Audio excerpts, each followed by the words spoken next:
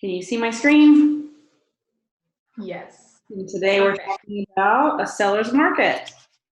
We are. So what's interesting about a seller's market is that it's a real opportunity to make some money.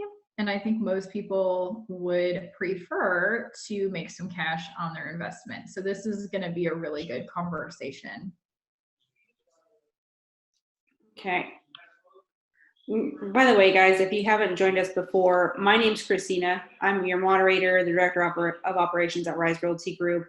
Jennifer here is our hostess, I guess you could say, our instructor. She's going to be going through this. Hostess with the mostest. That's right. She's going to be mostly the one talking, but if you have any questions as we go through, we do have a chat box, and we encourage you guys to drop questions in there. And and I am going to turn my phone on. My phone's right here next to me, and let me get this turned on to airplane mode. But I just wanted to give you guys just a quick introduction of who we were. We're a real estate team in Norman with Keller Williams Mullinix, and we're just going to guide you through what it really means to be in a seller's market, and you'll get to learn a little bit more about us as we go. Absolutely. Yeah. So starting out, and I hope I'm not too echoey, Christina. Do I sound okay, or is it? You sound fine to me. Perfect. So let's define a seller's market and a few features or a few indicators that come along when you're in a seller's market, what you're going to see, what you can expect.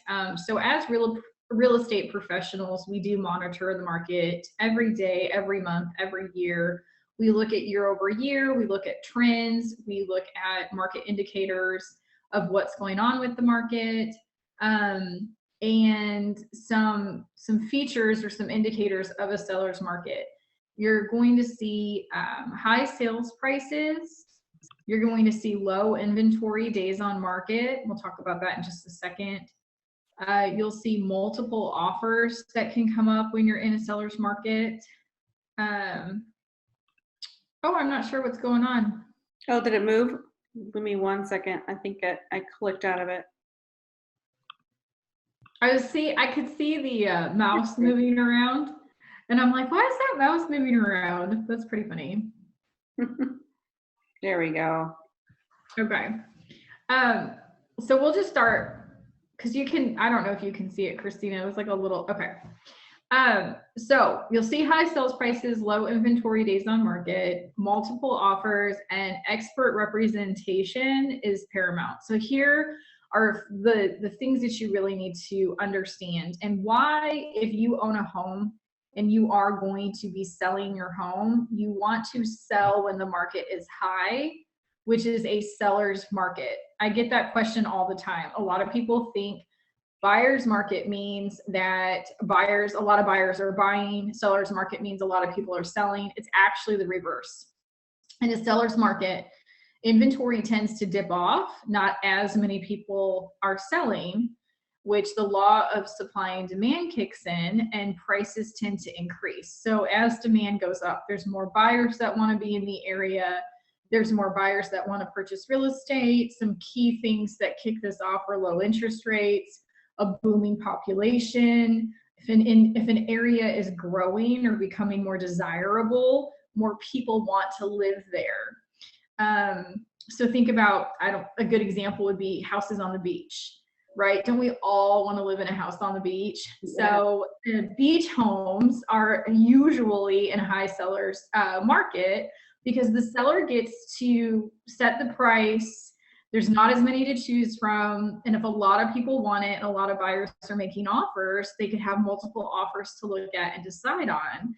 And what's really key about a seller's market is that when you are defining your price or defining your moving terms, having representation is so important, so that your real estate professional of choice is going to be making sure you're navigating those offers that you're getting appropriately and getting as much for your home as you can, but then also, sticking to the moving plan that you want to be on. There's a lot of factors that go into moving, not just money. So that representation is pretty important.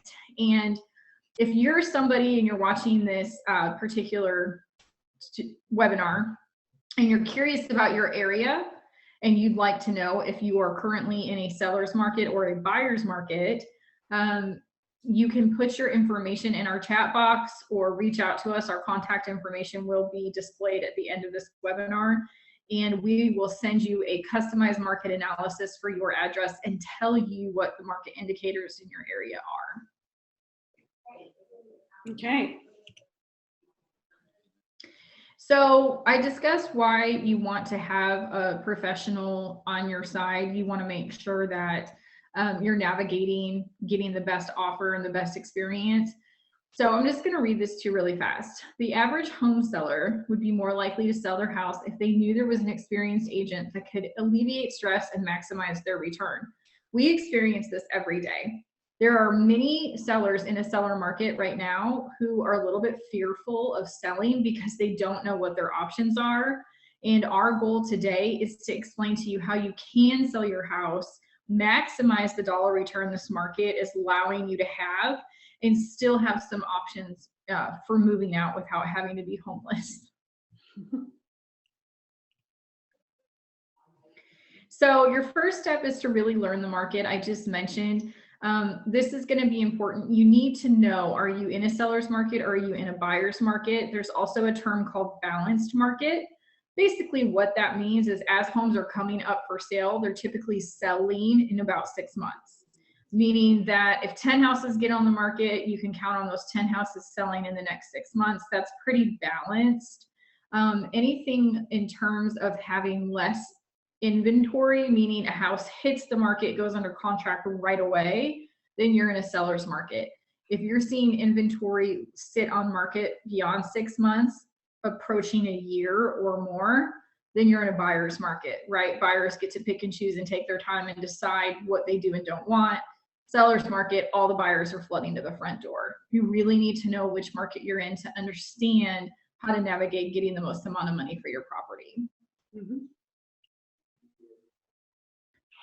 Consider your options. I love how it has like the fingers, right? Consider your options.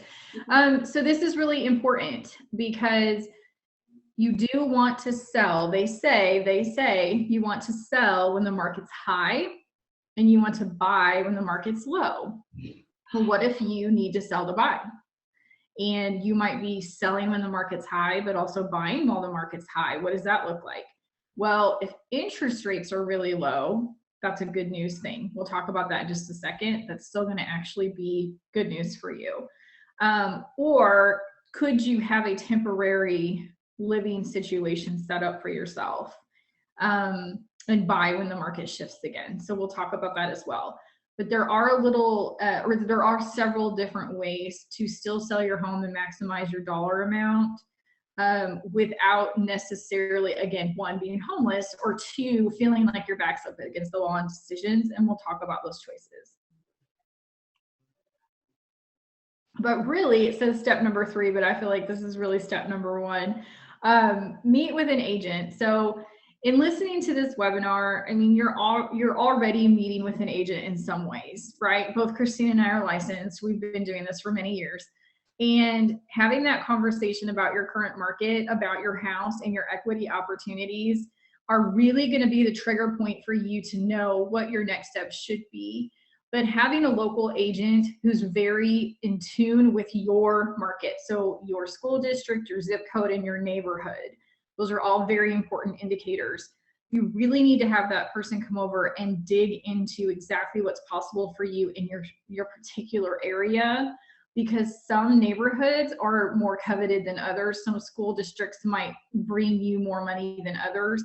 And just because, you know, your friend across town may have experienced something doesn't necessarily mean that's happening in your area. So knowing for sure exactly what's going on, that's where the real estate agent's going to come in and really dig into the details and make sure that you're not stepping over a dollar to pick up a dime, that you're really getting as much money as you can out of your investment that you've made. Right.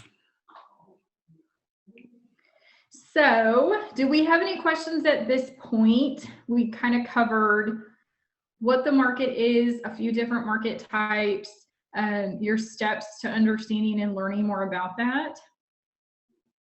And if there aren't any right now, that's okay. We can answer questions at the end or answer questions privately, you can always reach out to us in a one-on-one to get your questions answered as well. So if there are none right now, we'll just move on. Okay, we'll go to the next slide. So considerations.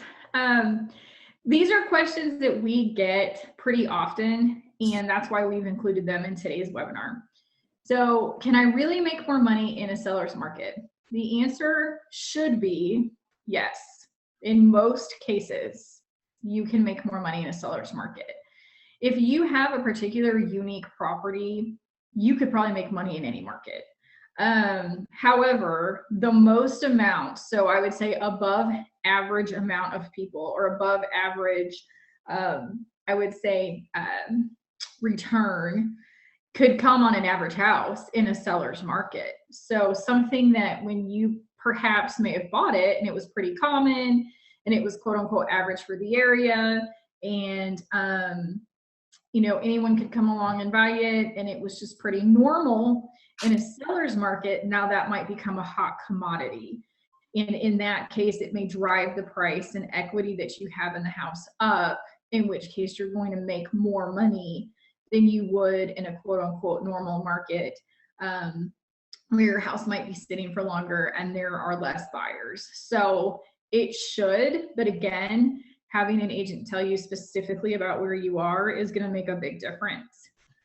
The other question that we get a lot too is, can I still sell with a contingency? And a contingency means something has to happen for the deal to transact at the end and close at the closing table. So yes, and there's a few different ways to get around that, and we're going to talk more about that in just a minute. But even if you have something hanging you up, and here's a few examples. I need to sell my house and take the proceeds to buy the next one. So closing on my property might mean that I have to go buy something and I can't buy anything unless my house closes. So that buying would be contingent upon your home selling. We can navigate that for you, and I'll explain how. Another contingency might be that it's a job transfer situation, or it's you've got something that has to happen in order for you to sell your house, buy a house, make a move. There is an extenuating factor, if you will. And of course you can. Of course you can sell and put a reason in there that, or something that has to happen for you to sign the paperwork and sell your home. And it's going to be unique to you. It's probably going to be unique to your situation timeline. And that is something that's very important. Having an expert on your side to negotiate is going to make a huge difference. So don't be afraid. If something has to happen, you can still sell and get it to happen. And right now, I know whenever you're watching this webinar, if you're in a position where you're watching this because you're wondering what a seller's market is, or you think you might be in one, one thing that might be on your mind is what happens if I do sell, but then I can't find the right house because inventory is likely low if you're in a seller's market. That is a great question. We have been literally hunting out homes, kicking over rocks and finding them, if you will. So again, working with the right professional is going to help you find your house. And also there's a few other options that you can take advantage of. When buyers really want your home, they're willing to negotiate some things that you might think are possible. So let's talk about those next. So one thing that you might do is a bridge loan if you need to go from one house to the next and there's a contingency involved. What a bridge loan means is you basically take out the equity of your home out front to buy the next one, make your move, and then sell your house and then pay that loan off.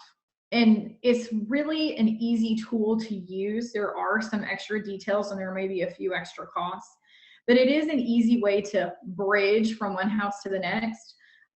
If you're concerned about a back-to-back move, and many sellers are, and I understand that, but you need the money from your house to sink into the next house to make the move. that's when a bridge loan is probably possible. And a really great lender is going to be really important. That's when your agent or whatever, your expert in your area that you're working with is going to come into, you're going to love them because they're going to be able to navigate those waters with you and your lender and get you in touch with the right lender who can offer that product to you to be able to bridge the gap between houses. So if you can't coordinate the closing of the two properties, how do you avoid a double move? And this is something I was alluding to earlier. There's a couple different ways to do this. One way might be, let's say Christina wants to buy my house and she's a non-contingent buyer. She can just outright purchase it. And I want to sell because I want to make the most amount of money in this market. What I might do is create a deal with Christina saying, hey, I will sell you my home contingent on you renting it back to me for 90 days. And in that rent back time or lease back time, I've sold the home, I've gotten my proceeds, I've pulled my equity out of it. Now you and I are in a lease, you're leasing it back to me for 3 months, and I'm going to be able to go house hunting. I am going to be a very qualified, maybe even cash buyer. And I'm going to be able to write a strong offer on a property. And I'm going to be able to stay, in my current home while I'm making the next sale happen. So we've seen a lot of buyers who are saying, hey, I'm non-contingent. My timeline's very flexible. I'm okay with buying your house, getting rent for 3 months and waiting to move into it until you move. And so that is something that's becoming more prevalent as you see a strong seller's market start to rear its head. Sellers who need more time and buyers who are willing to give it are putting these deals together. So let's talk a little bit here why marketing with a real estate expert matters. That's so funny. So why marketing with an agent really makes a big difference for you. So I want to give you 2 different examples, but 90%, there's a statistic with the National Association of Realtors that just came out. And 90% of buyers in 2020, so this is a stat from 2020, found their houses online before they ever went to go look. And many buyers purchased houses without ever seeing them. So we actually helped sellers sell homes last year, never take a showing.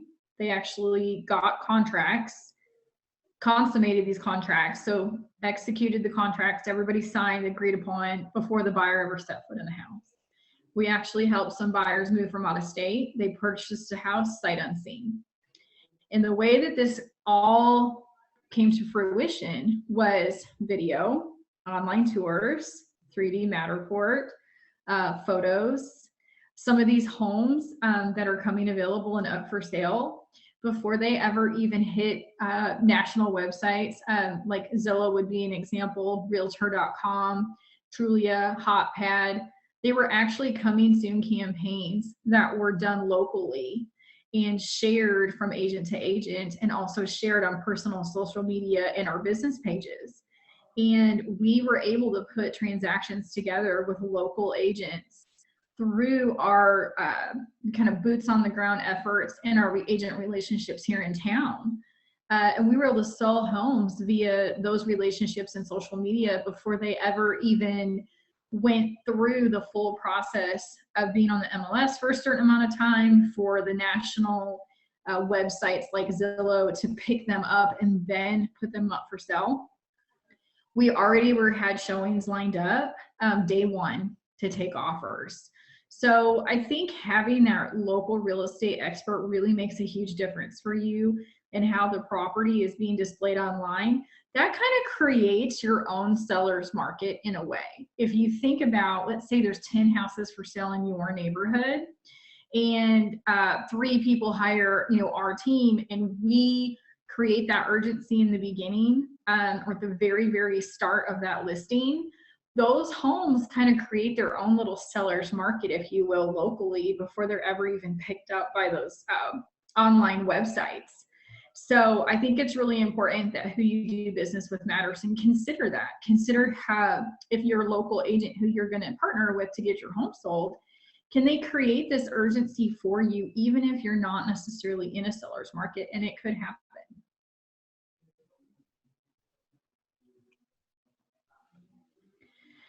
So here's a few examples of questions that you should ask your real estate agent, or topics when you're considering, who you're going to hire to represent you in a seller's market or create a little seller's market, a niche seller market. Ask them about their digital footprint. Ask them about online presence. I'm going to talk for a minute. Our online presence, we have our homes displayed everywhere on the internet, on our personal and our business pages. So look for, proof is in the pudding, right? We all have access to the internet. I hope if you're on this webinar, you do. So look for their online presence. Is this someone who's going to create a lot of urgency for buyers to come see your home? Are they displaying it in such a way that it's really out front and looking like the best option on the market? Ask about a coming soon campaign. What do they do up front? What do they do in the beginning to create urgency, to get you multiple offers? How do they handle those multiple offers? What does their agent network look like?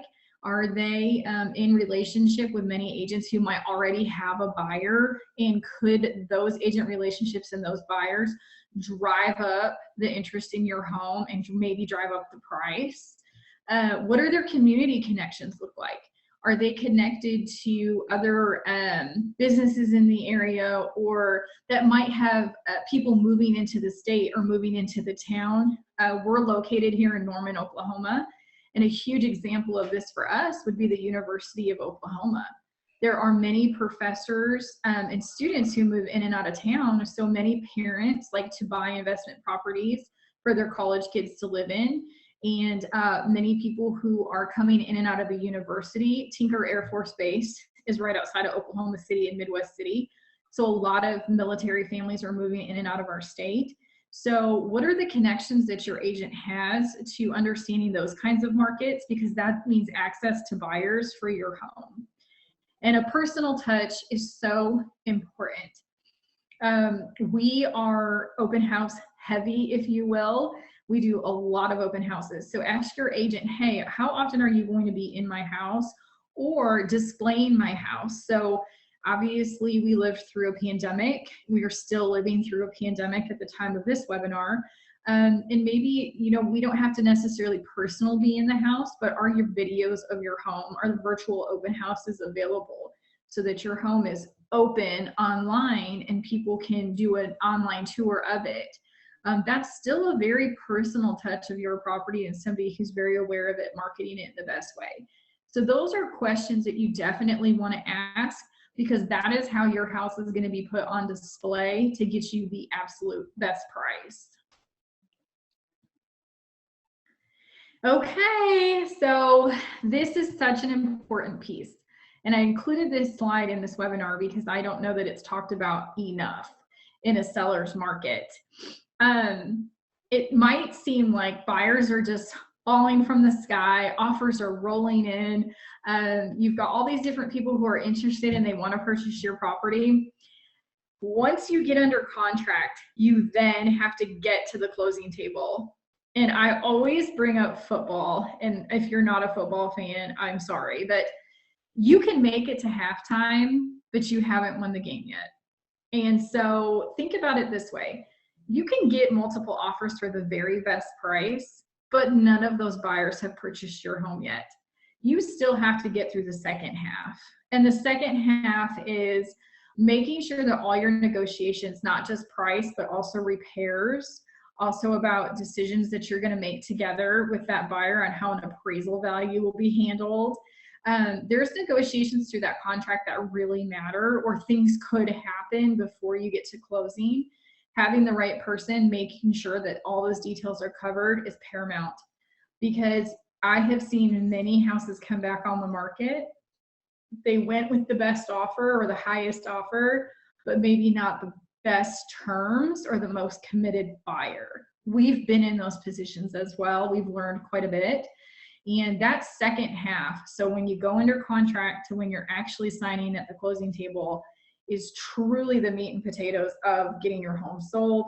And the right expert really needs to walk you through what they're going to do to make sure that you get closed. And the last portion of a seller's market, also selling your home in a seller's market, is that you're likely making great money. You've probably seen the equity, seen the monetary opportunity of selling your house, getting a fat check, hopefully at the closing table, netting the most amount of money. What are you going to do with it? So here is another great topic of conversation to consider. This is an opportunity for you. Selling at the highest price point to gain the most amount of equity is going to allow you to have some cash to invest, to save, and spend. So I really encourage you to think about what are your options with that money? What do you want to do with it? And use selling your house and making the most amount of cash as a stepping stone into what I like to call your freedom plan. And that really means, some people call it retirement. Some people call it, earning enough passive income to pay all your bills and never have to work again. Or maybe you choose to work, but you're just investing for your family or future plans. So whatever that looks like, really think about what you can make off of the investment of your home to put those plans in place. And I think we're almost to the end here. So here is just an overview.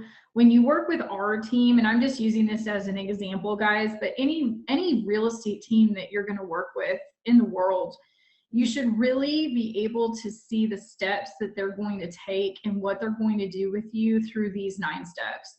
So a consultation, going live, communication, negotiating, going under contract, hitting your appraisal timeline, what they're going to work with the title company, and getting you closed.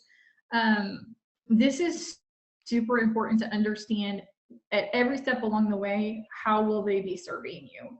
So this is something that we can make available to you if you would like a copy of this, so you have a, I guess, an outline, if you will, of questions to ask your real estate professional. Ask them, what does this consultation look like? What about when we go live? What's going to happen? How do you talk to, or how am I going to get information, while I'm on market? Once we get a contract, what does negotiations look like? If you hit on every one of these points with your professional, your expectations will have been set, and when your home closes, you shouldn't have many surprises. So here's another example. This is just out of our book, but again, these are questions that you can make sure you get answered with your agent. So understand the marketing strategies that are going to happen. Look at their experience. Ask them about their average days on market. Ask about the percentage of asking price that they've negotiated. We actually don't have it on this slide, but we also have how many multiple offers are above asking we've achieved on some of our listings. That's something that we can make available to a seller as well. So chat with your agent. How many multiple offers have you been in? How have you negotiated above asking price? That's a phenomenal question to ask. What's their plan and experience to allow you to be involved if you want to be? Some sellers, hands off, they want nothing to do with it. Other sellers that we work with, they really want to be involved every step of the way so that they know what's happening. And then what is their overall, results? And, this says we've sold 95% of the houses. Every single house that we didn't sell has a story. So those are also important things to keep in mind. What can I expect here? And if for some reason my house doesn't sell, or I want out of the contract, what does that look like? So those are really important things to ask as well. And we are offering, I mentioned this earlier, and we're at the end of our webinar here. We can send you a personalized custom market report or home search, for the next house you're looking at, or, you want a free estimate, or you want a value of your home. These are just some market analysis reports and searches that we can set up for you. This has all of our contact information on it as well. When you get the reports, this is exactly what you'll see. This is an email that comes out to you with links.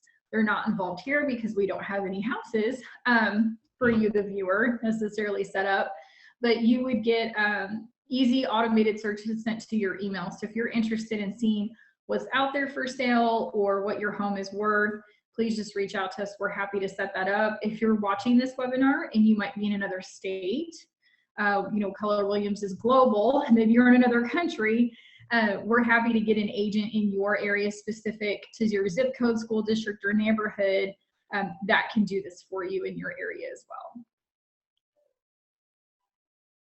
And then here's our contact details.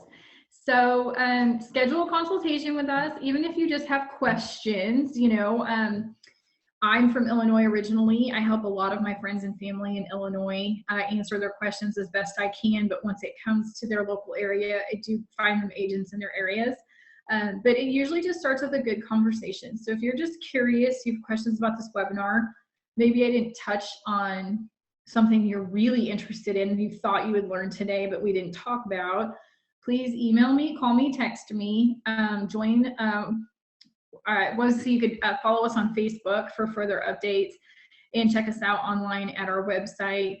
Any of those places you will be able to connect with me personally or Christina, and we can definitely get you further information.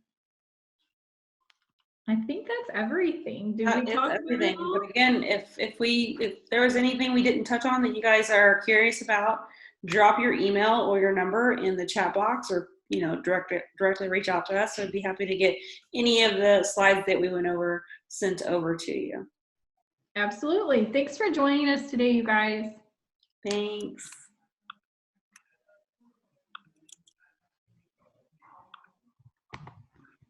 Bye, everybody.